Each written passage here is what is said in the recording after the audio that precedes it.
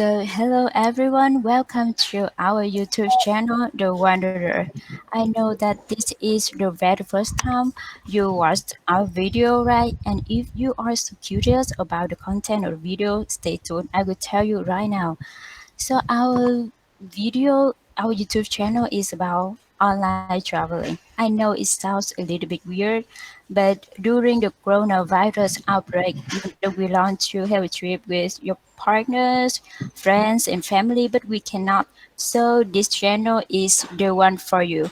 And in the very first trip, we are gonna take you to such a beautiful and ancient country, which is Egypt.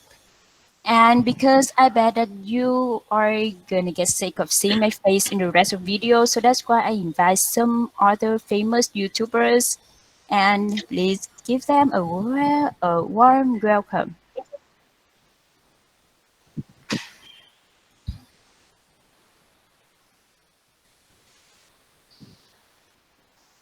Okay, and because this is the very first video, so that's why we already prepare for you guys a warm-up game, and you can get some gift from us. And this is the rules of the game. So please take a look. Um, you have 60 seconds to take a look at the rules of the game, and after that we will start. Okay, just wait for a second. You know, technology is not always good, right? Okay. I hope that you guys are still healthy and to back to work and back to school.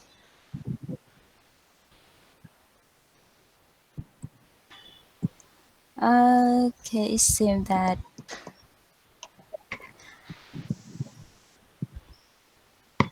just give us some minutes. Yeah. Yes. Okay.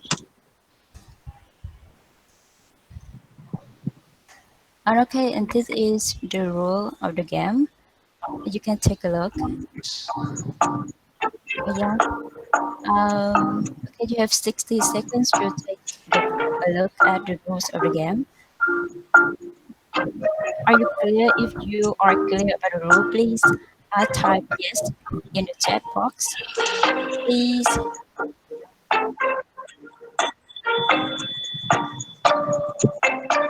Okay, thank you, Penguin. Okay, now let's get started.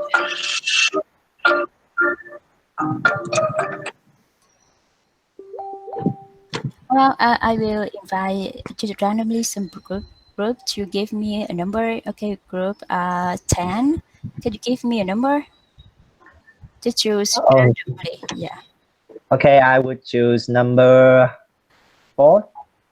4. Okay, number 4. Okay, this is very popular and familiar of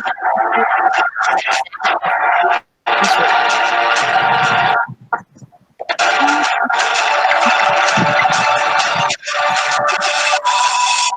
okay, and let's check the answer.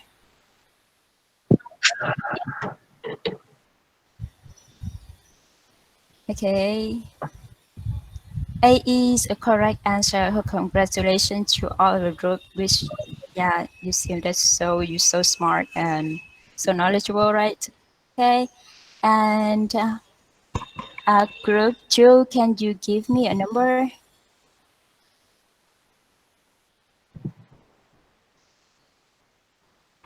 Group 2, are you there?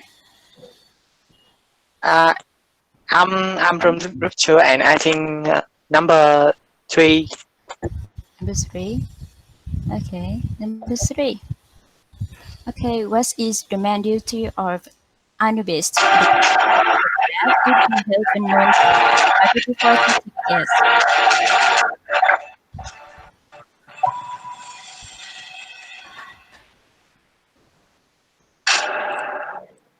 Okay, A is correct answer. Okay, congratulations.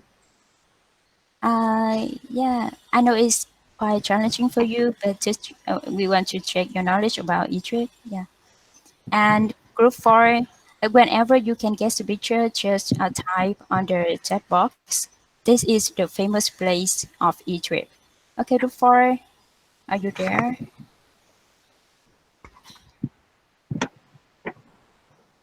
Oh, okay. It seems that there's a group that. Okay, thank you, group four. The answer, your answer is totally correct. The hidden feature of our game is the Valley of the Kings. So congratulations. We will contact you later to give you a special gift. Okay. So now we'll go back to our YouTube channel and Yuchen, who is gonna give you some general information about Egypt and Egyptian culture. Okay. Thank you.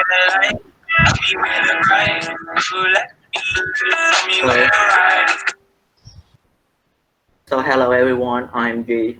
I'm very proud to be the next vlogger present to you about some general information about Egypt. So let's begin with the geography of Egypt. So look, Egypt located in the northeastern corner of Africa, within the Middle East, and Egypt share the border with the Mediterranean Sea to the north. And it shares the same border with Libya to the west, the Red Sea to the east, and to the south, it shares the border with Sudan. And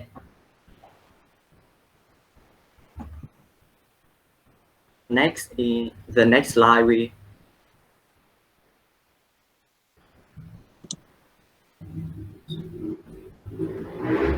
Egypt were divided into two sections, Lower Egypt and Upper Egypt. So as you can see on the screen, it's a little bit different than usual when the Lower Egypt is located in the north, and the Upper Egypt to the south of Egypt. So the ancient Egyptians divided the two sections based on the geographical location of Nile River. So the Lower Egypt is the area closer, or the area is closer to the Nile Delta, where the Nile River drains into the Mediterranean Sea, and the Upper Egypt is a part to the south from the Libyan desert down to the just part Abu Simbel. So because farther, it's farther from the Nile Delta, so they call it the Upper Egypt. So the next is about one important element of Egypt, the Nile River. So the Nile River is the single most important element the in Egyptian life from the ancient time until to the modern time now. The Nile River has provided many natural resources like the wildlife here, the water, the salt of water, and the fertile the land. And without the Nile River, Egyptians cannot develop their agriculture or grow plants. So Nile River do play a very crucial role in Egyptian life. The next part is the people. In 2020, the Egypt's population is estimated about 102 million people, and about 99.6% of the total population are native Egyptian, and the rapidly growing population is young. So you can take a look at the pyramids here, the population pyramids. So the bottom is bigger than the middle part and the top of the pyramids. So Egypt. So about three fifths of Egyptian people, Egypt's population are under the age of 30, which make Egypt a young country.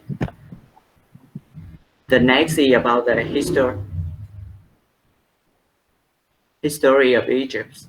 So I'm pretty sure many of you have interest in the history of Egypt. So let's take a look at their history timeline. So the first period is the prehistory Egypt, from prior to the 3100 BC. So this is the very beginnings journeys of Egypt, when people just when the ancient Egyptian just appeared. The next period is the Naqada third. This period was also called the Proto-Dynastic period. The next period is the early dynastic period. And in this period, the first and the second dynasty begin. So after the early dynastic period, it is the Old Kingdom, one of the three main kingdoms of ancient Egypt history. So during the Old Kingdom, many monumental architecture were built, like the Great Sphinx of Giza, the Egyptian pyramids. And the next is the first intermediate period.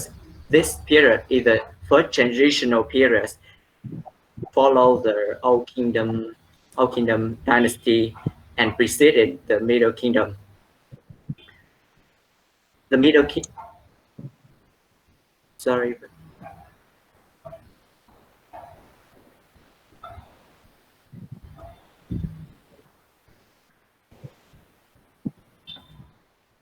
Sorry, can you turn?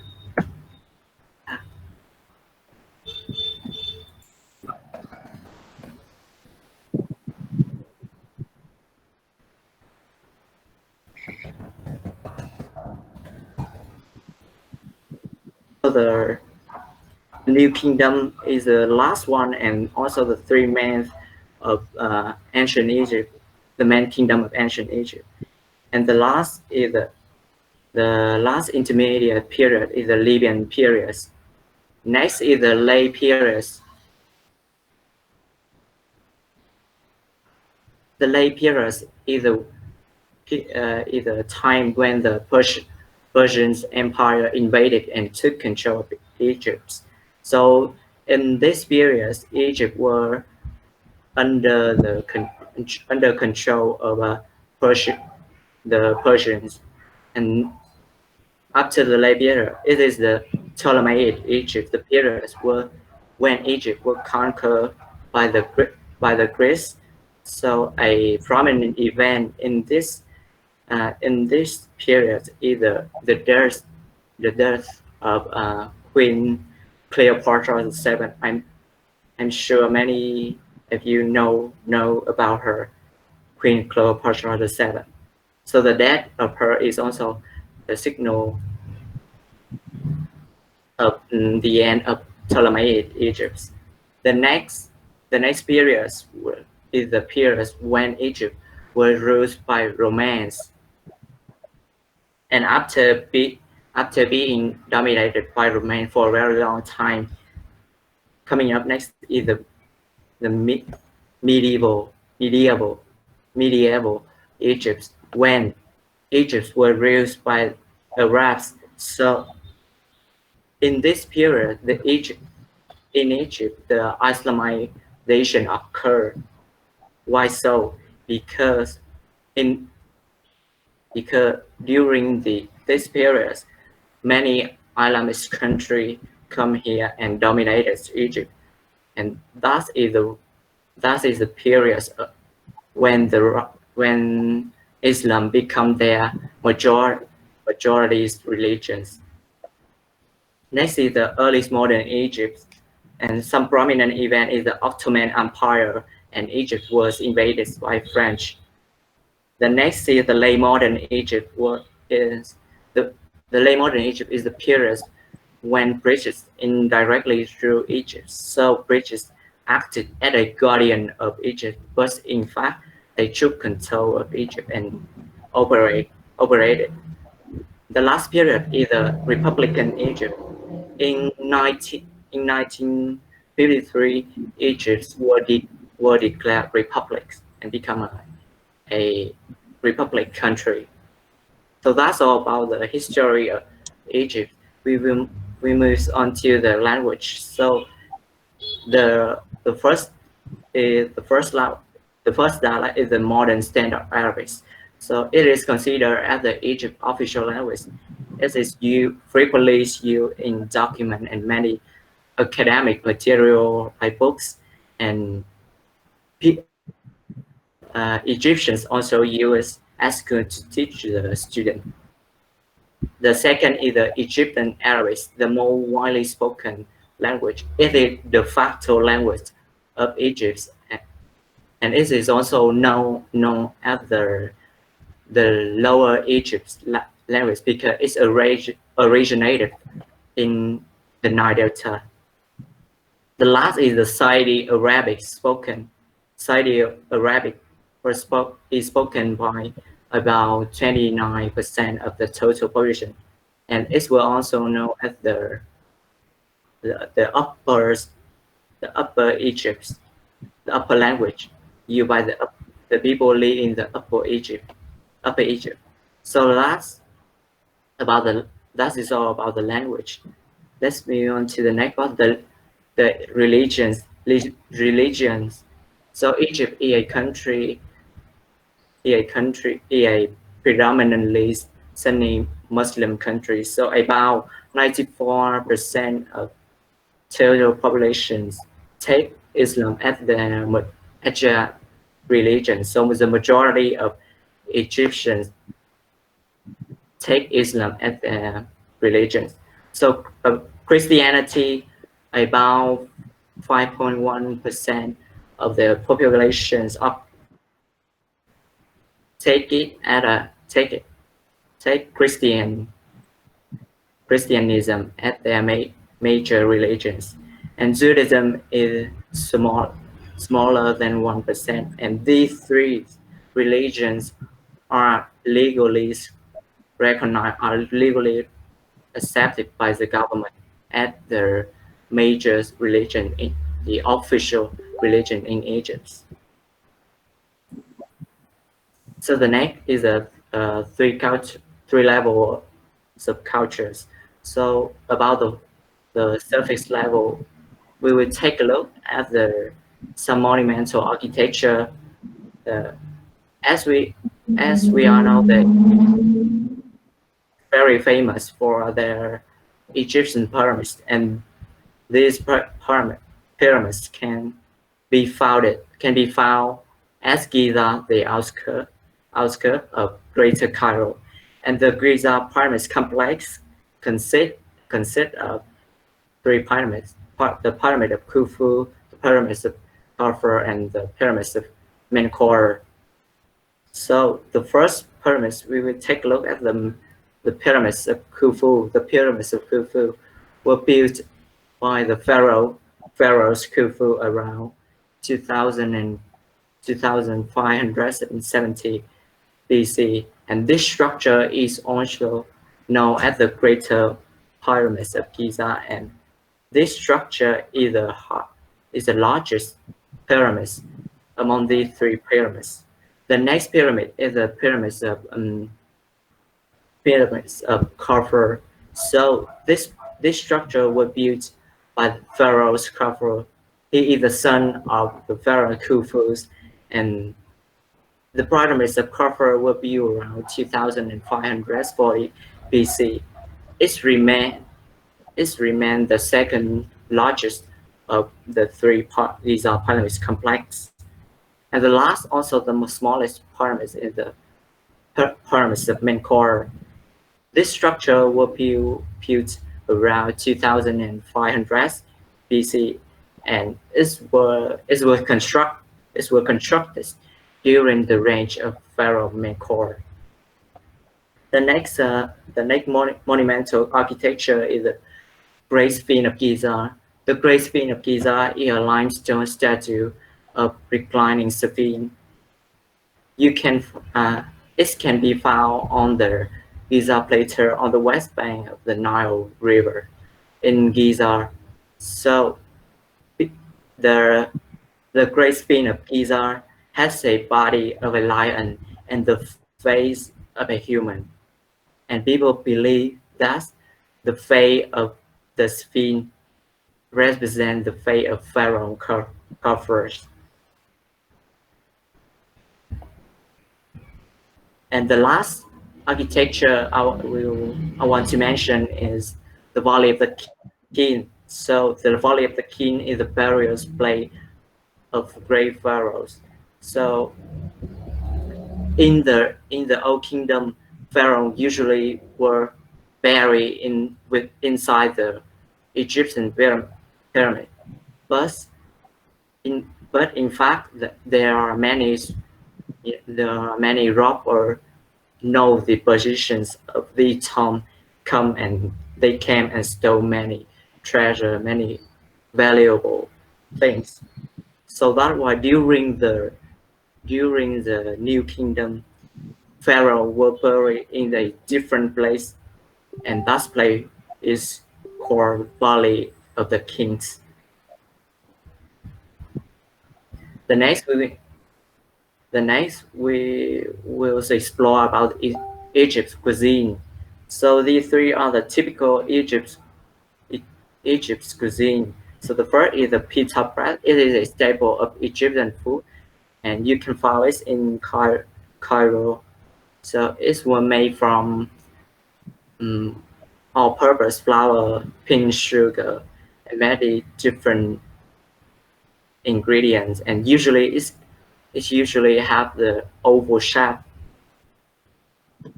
The next dish is mashes. It is a version of vegetables stuffed with rice.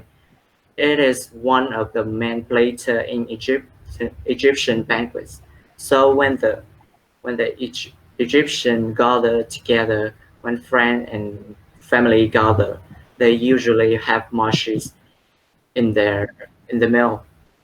And the last dish is Kurashi's, also the national dish. So it contains many separate and unrelated ingredients like noodle, rice, lentil, fried onion, and tomato sauce. And this is very vegetarian friendly. So that's all about the Egypt surface level. So coming up next, the next vlogger will introduce you about the intermediate level of Egypt. Okay, welcome her. Hello everyone, I'm Trang and I'm your next vlogger for today. I will introduce intermediate level cultures to all of you. So the first part, symbols and meanings. First, let's start with the national flag. The Egyptian flag and the national anthem have expressed the identity, rights, and belief of the Egyptian citizens throughout the country history. The Egyptian flag is made of three horizontal equal bands of red, white, and black. There is the Egyptian eagle of Saladin in the center of the white band. The Egypt's flag was officially adopted on October 4, 1984.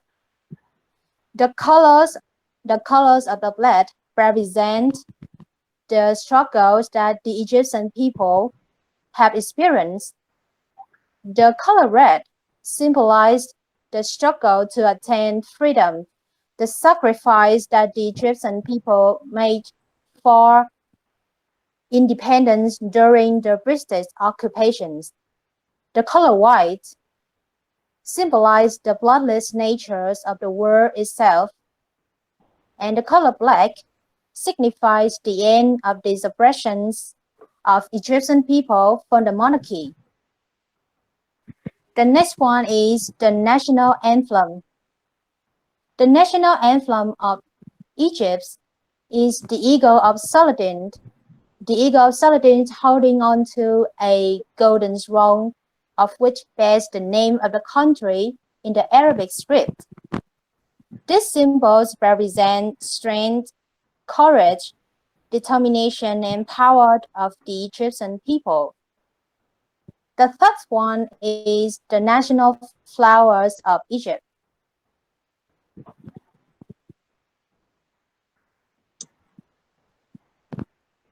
The national flower of Egypt is Egyptian lotus. Egyptian lotus flowers are also called water lilies. They open in the morning and close again at night. They used to symbolize the deceit upon entering the underworld and the process of rebirth, regenerations, and reincarnations.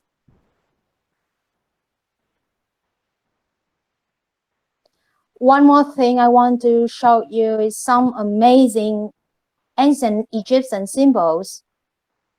Egyptians' cultures has survived for such an immensely long time.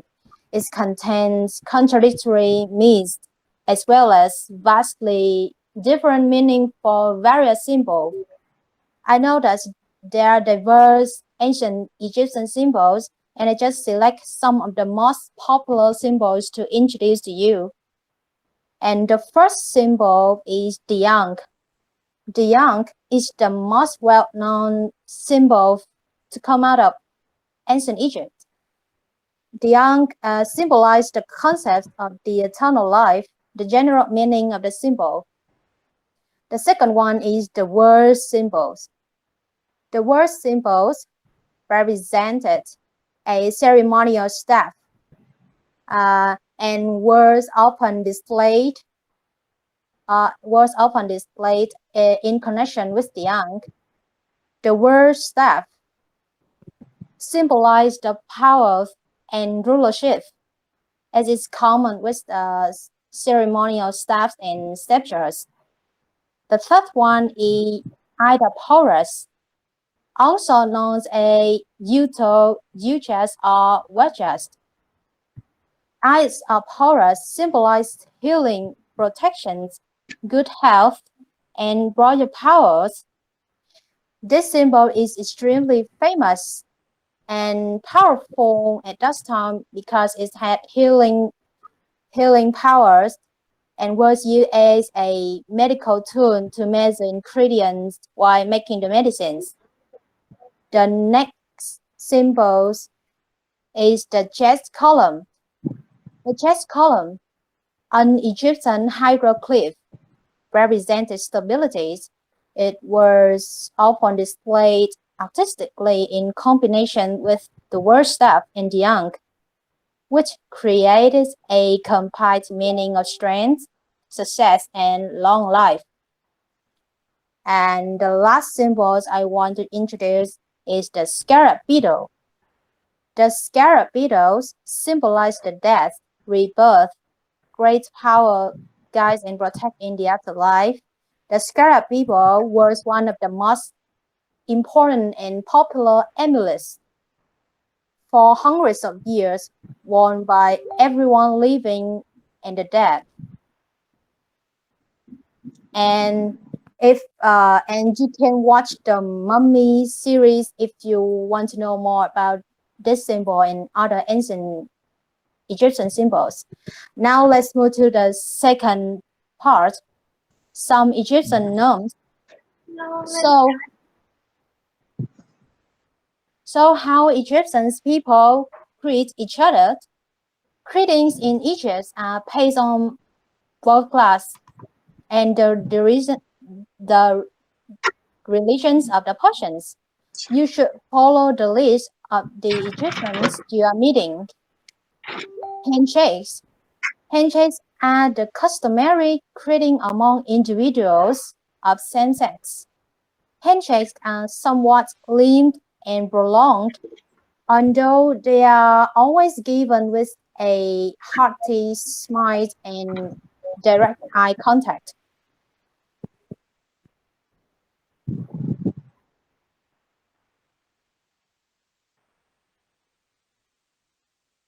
Next slide, please.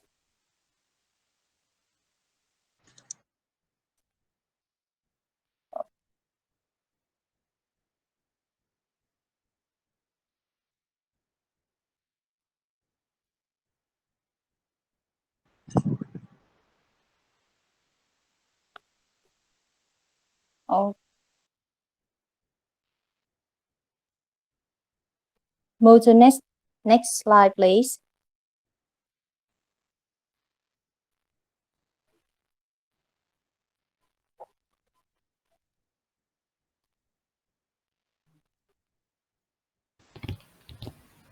Trương Mỹ Duyên. Okay. Are you in charge of changing the Oh. slide? Oh, something's wrong. Oh, okay. I'm sorry, miss. So now I will It seems just that there's a problem there. okay.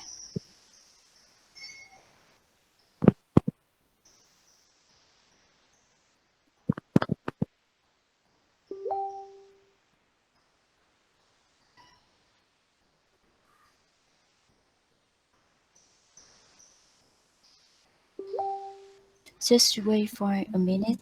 I'm sorry for this inconvenience.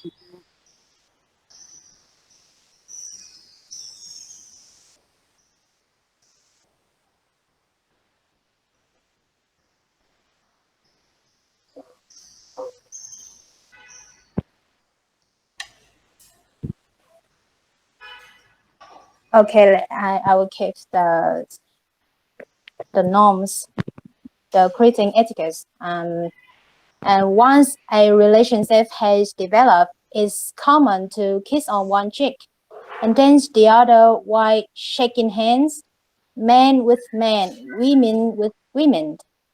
When men greet women, the woman must extend her hand first. If she does not, a man should bow his head in greeting. So how about the gift giving etiquette? If you are invited to an Egyptian's home for dinner, what should you bring? You should bring some chocolates, sweets, or pastry to the host. And remember not to give flowers, which are usually reserved for the weddings or the youth, unless you know that the host would appreciate them. And you should prepare a small gift for the children to show your affections. When you give gifts to an Egyptian, you should give gift with the right hand or both hands if the gift is heavy. And last but not least, do not open the gifts when you receive them to show your politeness. And that is the end of my part. So let's move to the next part, deep level cultures. And my friend Yuen will be in charge of this part. So because Yuen has some problem with her internet connection, so now we will move to the next part, which is nonverbal and verbal and nonverbal communication. I'm sorry for this inconvenience. Just wait for a minute. Wait for a minute. Because we are so sorry.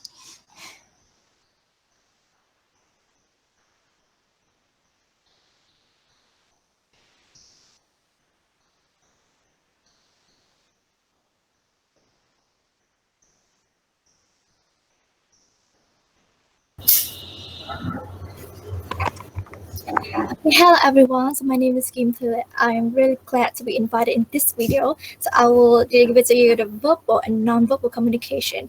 So let's start with the verbal communication. The first one, language. As having been mentioned above, the official language in Egypt is Arabic. And besides, English, French, German, and Italian are also spoken in this country. So basically, in Egypt, the language is quite multi, and the Egyptian communication style is indirect. So basically, the Egyptian they will tend to they will try not to face the confrontation, and they will avoid replying with the direct no. So instead, they will offer a lengthy reply that may not answer the question. But however, it also depends on the context of the conversation and also the one who you are talking with. For example, if someone who is in high position or high in age, they will tend to be more direct and communicate with the ones who are lower. But the use of this direct communication is not meant to offend the other. And about humor, Egyptian, they like to use humor in their conversations, and they love it. They find it encouraging when their jokes are appreciated. So when you first meet the Egyptians, it is very common for them to use to make jokes around. And we've moved to the nonverbal communication. The first one is about the voice tone. Um, the Egyptians they tend to raise their voice. They tend to articulate the words, like they express the words clearly. So the people may come across as aggressive, but this is just the way they convey the message only. Like they are too excited, they are too friendly. That's all. And about the physical contact. The physical contact is also common to use physical contact in Egyptian culture. For example, when you greet, it is very normal for you to shake hands or to hold a kiss on the cheek. But it also depends on the relationship between the people. For example, close friends or family, they tend to use frequent touch to each other, while acquaintances, they will try not to do so too much. And the gender role also affects this term, the physical contact as well. For example, those people from the same sex, they are they are willing to do the physical contact, like they greet the whole hands, they kiss on the cheek. But the affection between different genders are not are rarely displayed in public or in during the conversation. So let's talk about a personal space. Can you move the slides, please? About a personal space. So the common personal distance between two people interacting with each other is an arm's length, and this one they also depends on the gender as well. So someone who's from the same sex, they will stand closer to each other, while those ones who are in different gender, they prefer a bigger distance to each. And we move to the gesture. First, here are the three hand gesture. The first one is like this, like you're touching all four fingers to the thumb with the palm facing inwards, and you shake it up and down. So it means that wait a moment. It means that you want the other to be a little bit patient. And the next one, thumb up. The thumb up one, try not to use a thumb up in Egypt. In the Western culture, you say that thumb up is, you say yes or you say good or something like that. But in Egypt, the thumb up one is the same meaning with the middle finger in the Western culture. And the next one is the OK sign in the West. The OK sign here yeah, in the meaning in the West it's okay, but in Egypt it's used for warning. Like if you have the authority, you have the you are in the higher position and you want to warn somebody, you will use a sign. Or you, if somebody use do something bad to you, you also use the sign as well. And move on the leg and also the hand use. So when you sit, please don't cross the legs, especially when you sit in front of who is higher in position or higher in age to you, because this behavior will be shown as disrespect, and it is also interpreted as being arrogant or defiance as well. So it's not really good. So try not to cross the legs. Put all your feet down on the ground. And so move to the hand, the use of the hand. The right hand is used for eating, and the left hand is for bodily hygiene. So the left hand is considered dirty, unclean. So try not to receive something or gesturing. Try not to receive the gifts or gesture by the left hand. Do not greet people with the left hand. Instead, use the right hand. And the eye contact. The last part is about eye contact. So direct eye contact is acceptable in most of the cases in Egypt. And it is valued as a sign of respect to the speaker, as well as a sign of honesty, trust, or sincerity. But again, pay attention to the role of gender. Males and females may be expected to lower their gaze, like they not really look directly into the eye. They lower their gaze and avoid a sustained eye contact with each other, because this gap between male and female will consider as respectful and observant between genders. Yeah, so this is my ad of communication.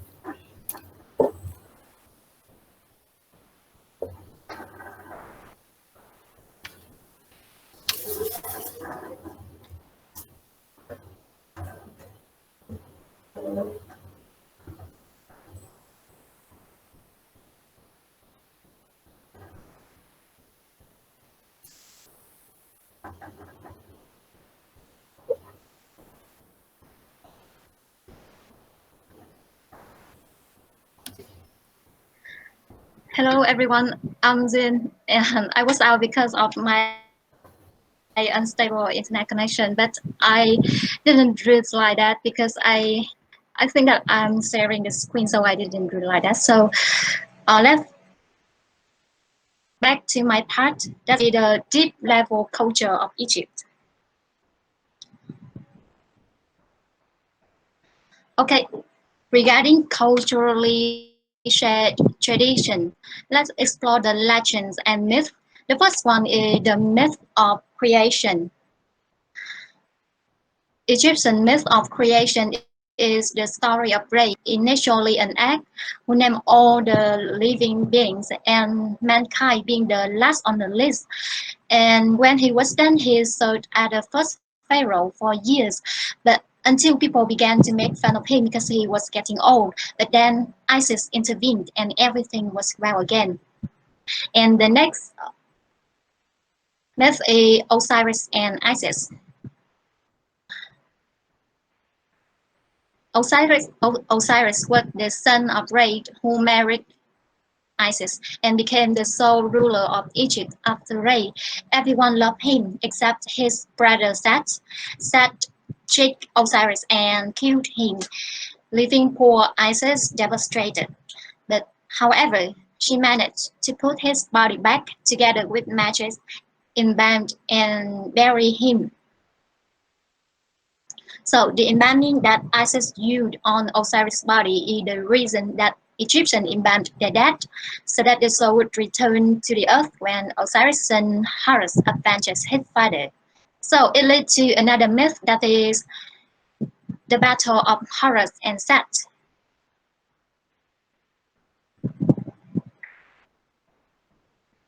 And another myth is Anubis and the underworld. Anubis is a man with a head of jackal who served as guardian of the underworld. So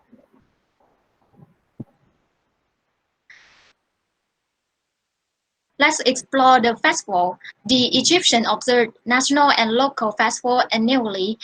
The festival marked the progression of the year, and the year would end in the same celebration with which it had begun, to emphasize the cyclical, eternal nature of life. So let's move to another festival, that's a Whippet and Grandpa Festival. This was the New Year's Day celebration in ancient Egypt. It celebrated the death and rebirth of Osiris, and by extension, the rejuvenation and rebirth of the land and people. Another festival is Wag Festival.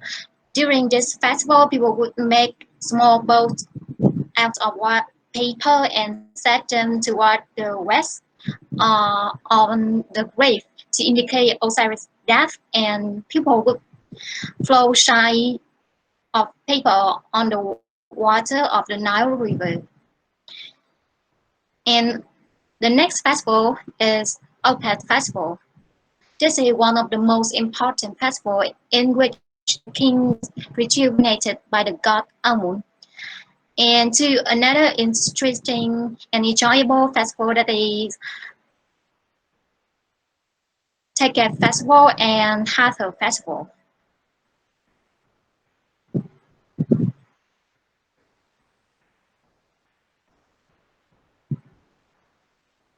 Okay, so about the ritual concerning funeral in ancient Egypt. The ancient Egyptian has an elaborate set of funerary practice. They believe it necessary to ensure their immortality after death. And this ritual and protocol include mummifying the body, casting magic spell, and burying with specific grave rules, which are thought to be needed in Egyptian afterlife. So now I would like to share about three types of mummification.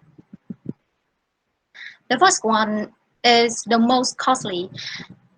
They will draw out the brain through the nostril and then take out the whole content of belly and clean the interior with palm wine and spices. Next, fill the belly with pure meat and sew it together again. Then cover with nation for 70 days. And last was the corpse and rolled up with fine linen. And the second is the less costly, because no incisions are made and the intestines are not removed. And the third one, cheapest method of embalming, is simply to wash out the intestine and keep the body for 70 days in nation. So now I would like to share about cultural shared belief. The ancient Egyptians are polytheistic people who believe that God and goddesses control the force of human, natural, supernatural world. So they have to constantly worship and make sacrifice to the god to pacify the deity. And ancient Egyptians believed that if a person were properly prepared for the afterlife, the soul was immortal. And now you can see in the screen some gods in ancient Egyptian. And the last one about cultural values.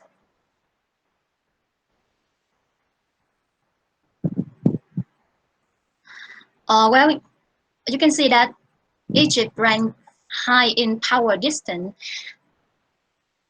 and they believe that everyone knows their place in the society and they accept hierarchical order.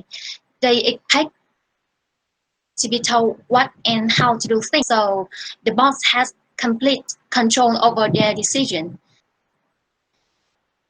And you can see that Egypt, with score of 25 in individualism, is considered a collectivistic society.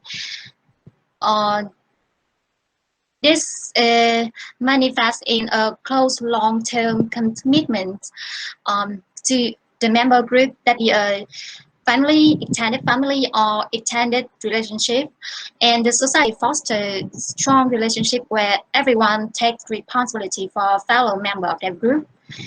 And about masculinity,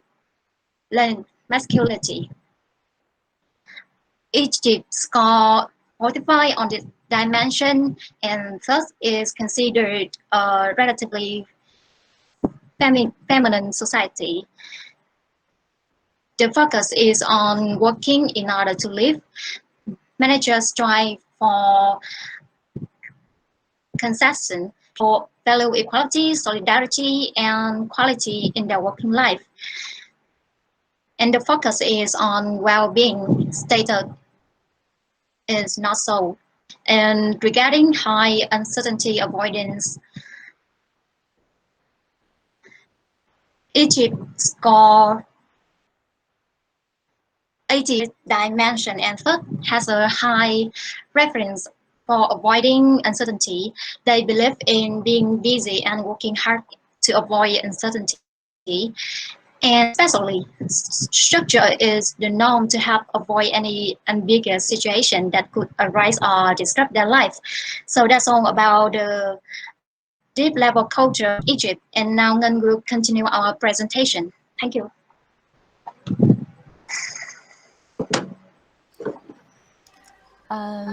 So just wait for me a minute.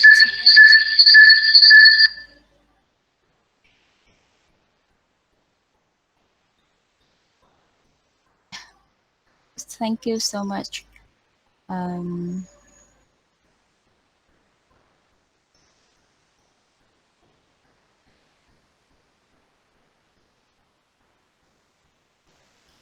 so hello guys, welcome back. It's me again. So now I'm going to give you some do's and don'ts. Okay, the first one is in dining etiquette. If there is a handsome boy or the beautiful girl inviting you to their home just for dinner, so I think that you should keep in mind those rules. Firstly, is remember to remove your shoes. I think it's kind of normal in every single country, but especially in Egypt. Um, the house is also the place for them to pray. So that's why taking off your shoes is something that you do to show your respect. And remember to wear and conservatively. Um, Appearances are so important in Egypt. And remember to be aware of social norms and the way people rest, to make sure that you don't turn yourself into eccentric when you actually go to Egypt. And you should give some compliments the host on the house. Just show your politeness. Um, and about some do's in table manners, wait for the host or the hostess to tell you where to sit. Don't be too natural. and eat with the right hand only. And for this part, Thư already mentioned before, so I don't talk much about it. And always show your appreciation for the meal. It's kind of considered a sincere compliment for asking a second helpings. And in Egypt, sorting your food is considered such a huge insult because the chef already seasoned it beautifully, and if you add something into it, which means you imply that the food is not good enough for you or something like that. And the last one is remember to leave a small amount of food on your plate when you have already finished eating, because if you don't, others might think that you need more. And about some more do's and don'ts that I want to talk about. First one is carry some small Egyptian pound bills and coins.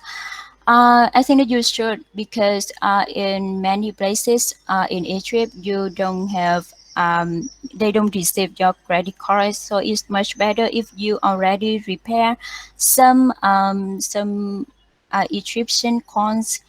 Yeah, and maybe it's much better for you to buy some street food or souvenir. And remember to bring sun cream if you don't want to be the man that I show you here. Yes, it's kind of bad, right? And if you can learn some Arabic phrases, for example, hi, Alan for hi, salam for goodbye, and sukran for thank you. I'm not sure about my pronunciation, so you can check it on in the internet. And respect Egyptian temples and monuments, because when you go to some country like Egypt, I think that it's much better to respect all of the architectures. Don't sit on it or scratch on it. It's totally impolite. And remember to negotiate before getting in the cab or the camel if you want to save your money, right? And in Egypt, you should give some tips to the waiters, tour guides, drivers, or the room cleaners, because which kind of shows your satisfaction to their services. And if you don't do that, they will greatly feel offended. And about some the things that you shouldn't do in Egypt. Um, Firstly, don't wear shorts or tank tops. And remember, I think that remember to bring calculator to calculate how many percentage of your skin that you can show to the public. Okay, and I know that in such a hot country like Egypt, you cannot wear pants and long sleeved shirt all day long, but you can choose some other materials like cotton or linen. It's much better, right? And in Egypt, drinking is taboo, because Egypt is ice cream country, so that is kind of prohibited. And don't take photos of locals without permission. I think that wherever you travel to, you shouldn't do that. Maybe an Egyptian kind of dresses differently, but you don't have right to take any picture of them if they don't want to. And if you are a travel vlogger, you want to film some wonderful footage and you want to use drones in Egypt, but no, because operating drones is not allowed there. According to the Egyptian Aviation Act under Article 46, Sentence 8. Okay, remember, you don't want to get to trouble. And the two last thing I want to talk about is that you shouldn't be kind of offended when by the market vendors in Egypt. Because when you walk into the street of Cairo or other cities in Egypt, you can see there are a lot of market vendors on the sides of the street, and they will they will be trying to sell you something, and it may be kind of make you feel a little bit annoyed, right? But it's just their style, and we just simply say, okay, no thank you, something like that.